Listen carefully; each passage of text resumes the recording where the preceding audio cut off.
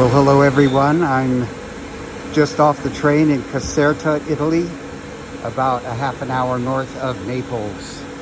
Father Richard speaking, and here is the train that I was on, a Freccia Argento in this case, which means a silver arrow, and there it goes out of the station. It's going to wind up in the wonderful city of Lecce, down on the heel of Italy.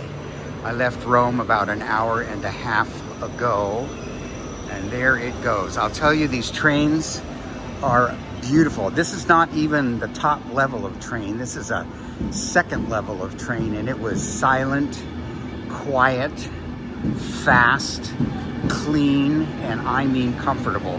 So there it goes.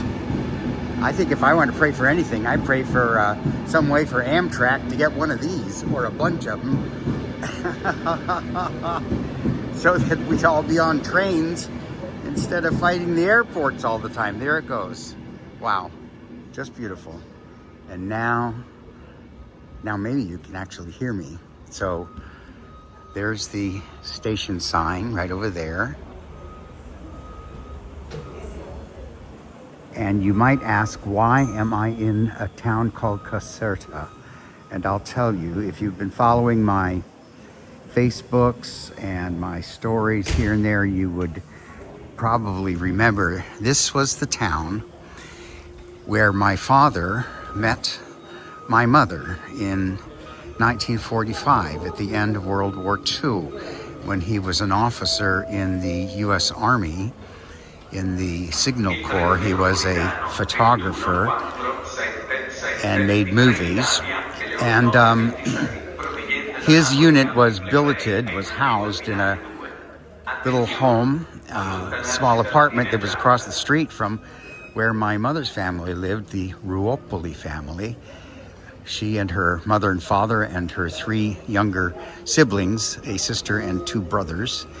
And my dad eventually managed to meet her. He spied her across the street a couple of times, and I guess he thought, well, this is a pretty cute young woman, and she was young at the time. I think she was only maybe 17 or 18, and they managed to finally meet, apparently much to the chagrin of her father, who did not want any of his daughters anywhere near a soldier from any country.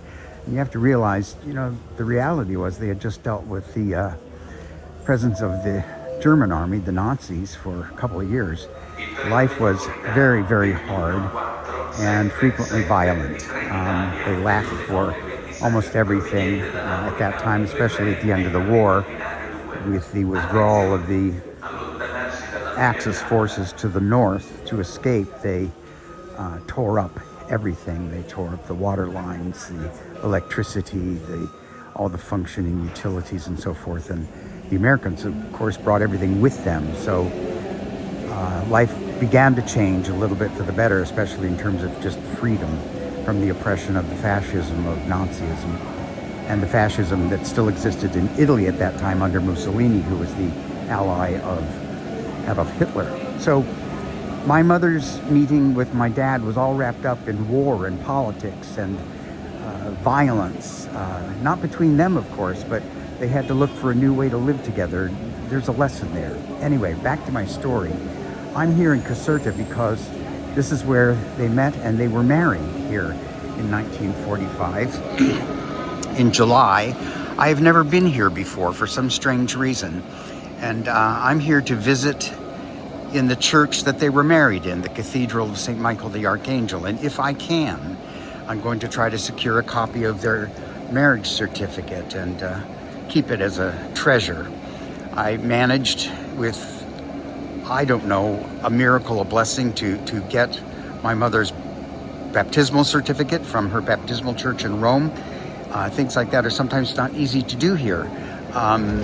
There's a language barrier, and there are procedures and so forth. And I got that one in about 20 minutes from a delightful gentleman. I'm just hoping that our Servite saints and all of you are praying enough that when I appear at the cathedral sacristy or the cathedral offices, that they'll recognize that I'm doing something out of Oh, a little emotion here. Doing something out of the core of my heart to connect with my mom and dad who are in heaven, I hope, right now, and looking down and blessing this trip. So thanks again for being along with me. I'll have more videos. I just arrived this morning. It's only about 9:30 exactly in the morning. It's a fresh, lovely day. As you can see, the blue Italian sky and a little bit of cloud over there. And so I'm going to sit in the station for a bit, get my orientation. I'm staying in a little B&B here in town.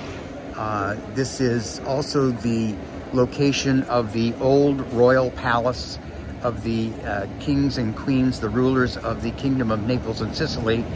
If you go online and just look up this palace in the city of Caserta, you're going to see pictures that are going to blow your mind away, and I'm going to take some of my own. I'll be here for a couple of days.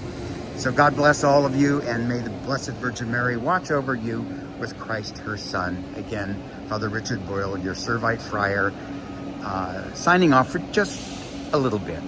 Bye-bye.